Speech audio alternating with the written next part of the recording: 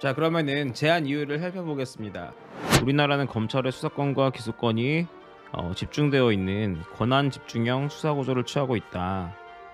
검찰의 막강한 권한이 과도하게 집중됨에 따라 이를 악용한 각종 권한 남용과 부패 비리 사건이 적지 않게 발생하고 있고, 그로 인해 국민들이 검찰에 갖는 신뢰도가 매우 낮은 수준에 그치고 있다.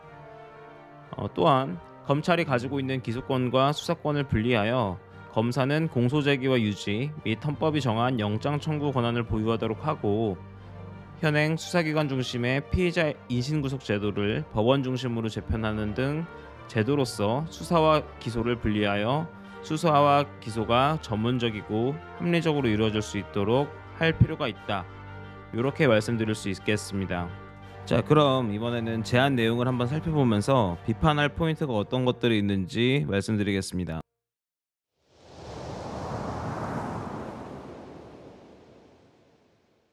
저는 우선 형사소송법 개정안에 대해서 네 가지 측면에서 말씀드려보고자 합니다. 우선은 첫 번째로는 검찰의 6대 중범죄 수사권 삭제라고 볼 수 있겠습니다. 예전에 2월쯤에 이제 논의가 됐었던 중대범죄수사청의 설치, 그리고 공소청의 설치, 이런 부분과 맞닿아 있죠. 이미 최근에 형사소송법 개정안을 통해서 6대 중범죄를 제외하고는 경찰에서 수사를 시작하도록 이렇게 되어 있는데요. 이 나머지 6대 중범죄에서도 검찰의 수사권을 박탈해야 된다. 검찰이 수사권을 가지고 있어서는 안 된다는 의견들이 계속 제시되어 왔었고, 본 법원을 통해서 검찰의 직접 수사 권한을 다룬 규정을 삭제하는 그러한 조치가 이루어졌다. 이렇게 볼 수 있겠습니다. 자, 두 번째는요. 형사소송법 198조의 1을 보시면 검사는 적법한 절차에 의하지 아니하고 체포 또는 구속된 것이라고 의심할 만한 상당한 이유가 있는 경우에는 즉시 체포 또는 구속된 자를 석방하거나 사건을 검찰에 송치할 것을 명하여야 한다. 이렇게 되어 있었습니다.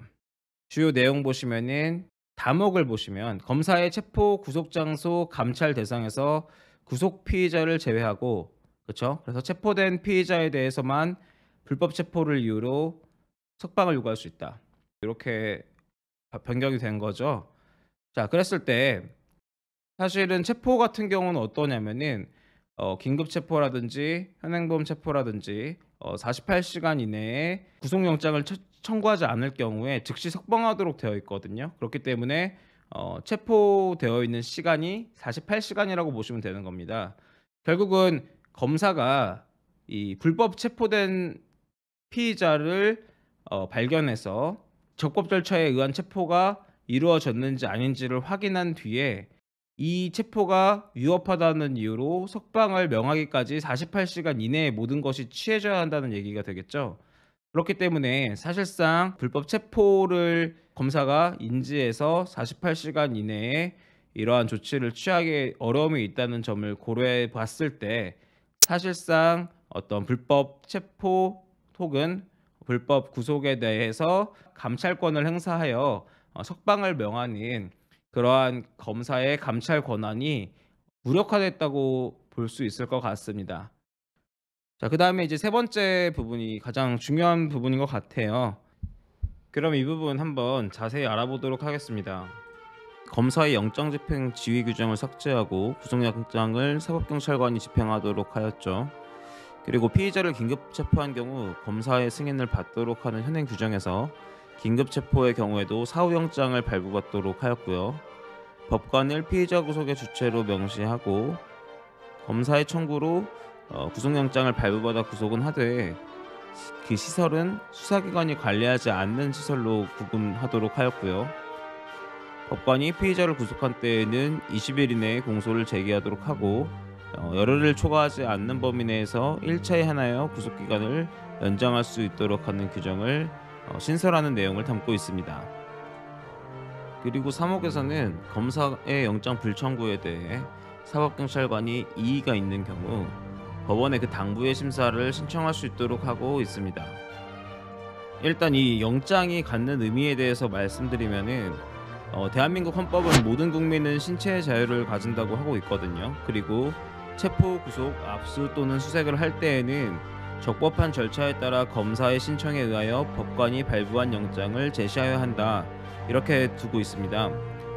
따라서 검사의 신청이 없으면 영장이 발부될 수 없고, 영장이 발부되지 않으면 구속 등의 절차를 밟을 수가 없는 것입니다.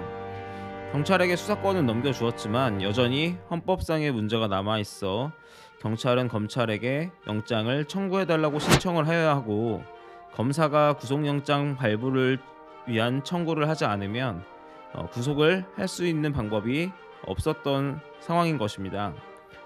2022년 1월 1일부터는 검사가 정당한 이유 없이 영장을 불청구할 경우에 고등검찰청에서 심의회를 열어 영장 불청구의 정당성을 판단하도록 예정하고 있었는데요. 이번 발의안을 통해 인신구속제도를 법원 중심으로 개편한다며 이 판단 기관을 고등검찰청에서 법원으로 옮긴 것입니다.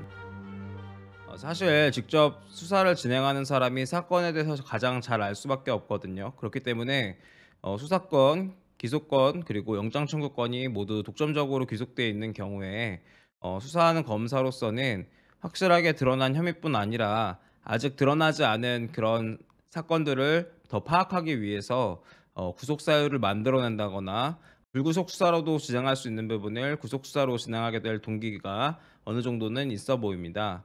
그렇기 때문에 이렇게 수사권과 기소권, 영장 청구권을 분리하는 것은 수사기관이 적극적으로 범죄를 찾아 나서는, 국민의 입장에서 보면은 범죄의 혐의가 드러나지도 않았는데 수사기관에 의해서 자신의 권리가 침해받는다고 생각할 수도 있겠죠. 그래서 그런 부분에 수사기관에 불편함이 생기기 때문에 수사의 효율성은 떨어지게 되지만 국민의 입장에서는 자신이 더 권리를 보호받는다, 이렇게 생각을 할 여지는 있을 것 같습니다.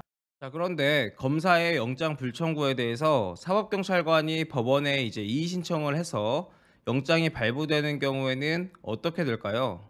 만약에 법원이 적극적으로 인신구속을 위해 나서서 종전에 검사와 같은 역할을 수행하면 어떻게 될까요?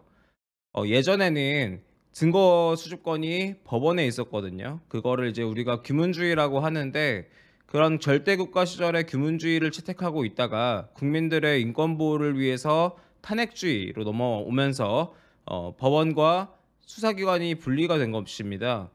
그렇기 때문에 우리는 지금 법원이 적극적으로 인신구속에 나서는 것에 대해서 문제의식을 가질 필요가 있다, 이렇게 보이고요.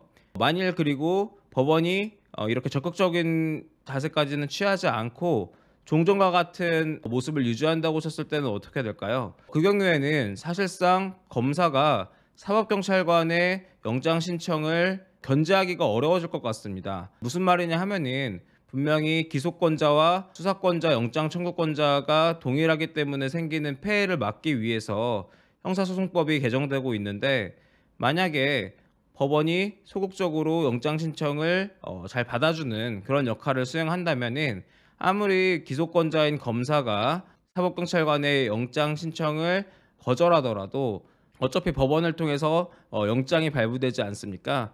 그렇게 본다면 사실은 수사권자인 경찰이 영장 신청을 해서 영장 발부를 얻어낼 수 있다는 점에서 기존에 검사가 수사하고 영장 청구를 했던 구조와 크게 달라지는 것이 없어 보입니다. 또한 헌법상의 문제도 있을 수 있습니다. 아까 전에 말씀드렸듯이 우리 헌법은 강제 수사를 할 때 검사의 신청에 의해 발부된 법관의 영장을 필요로 하고 있는데요. 만약에 검사가 판단했을 때 영장이 필요하지 않다고 생각해서 영장을 불청구했는데, 이 부분에 대해서 법원에서 영장을 발부하거나 또는 법원의 명령을 통해서 검사가 영장을 청구하게 된 경우, 이 경우를 헌법에서 말하는 검사의 신청에 의해서 법관이 영장을 발부한 경우에 해당한다고 말할 수 있을까요? 피해자 입장에서도 생각해 볼 필요가 있을 것 같습니다. 검사가 구속을 안 한다고 했는데 법원에서 나서서 구속을 한 상황에서 이 피의자가 무죄를 적극적으로 다툴 수 있을까요? 물론 이제 검사가 불기소 처분을 내린 뒤에도 재정 신청을 통해서 법원에서 공소제기 결정을 내릴 경우에 검사가 혐의가 없다고 보더라도 공소를 제기하는 상황이 있기 때문에 이 구조 자체가 완전히 이례적이라거나 말이 안 된다.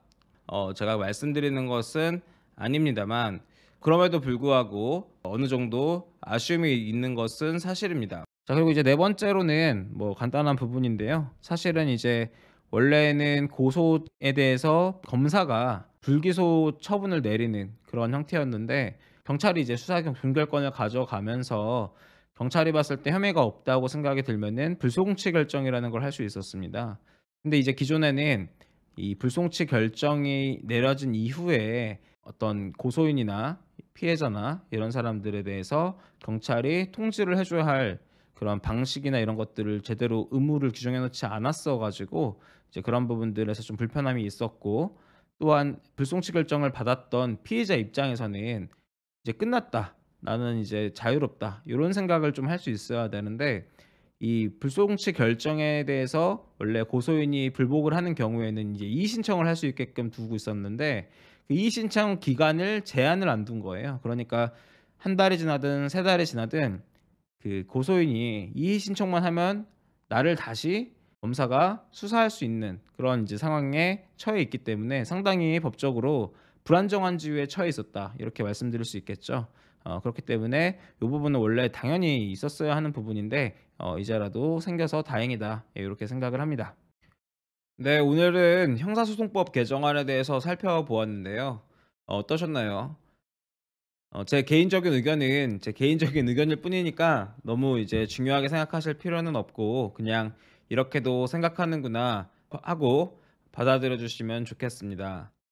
앞으로도 저는 이제 입법안에 대해서 여러분들께 소개시켜 드리고 싶은 이유가, 사실은 한 법안에 있어서도 쟁점이 굉장히 다양하게 있을 수 있고 언론에 보도되거나 정치인들이 말해 주지 않는 다른 문제들도 많이 있을 수도 있거든요. 그래서 그 부분에 대해서 좀 더 많은 사람들이 복합적으로 고민을 할 수 있게 되면 좋겠다 하는 생각을 가지고, 그래도 제가 직업이 변호사다 보니까 조금 더 법 실무적인 부분은 여러분들께 말씀드릴 수 있을 것 같아서 요런 부분들을 앞으로도 소개해 드리고자 합니다. 네, 그러면은 시청해 주셔서 감사합니다. 저는 다음 영상에서 또 찾아뵙겠습니다.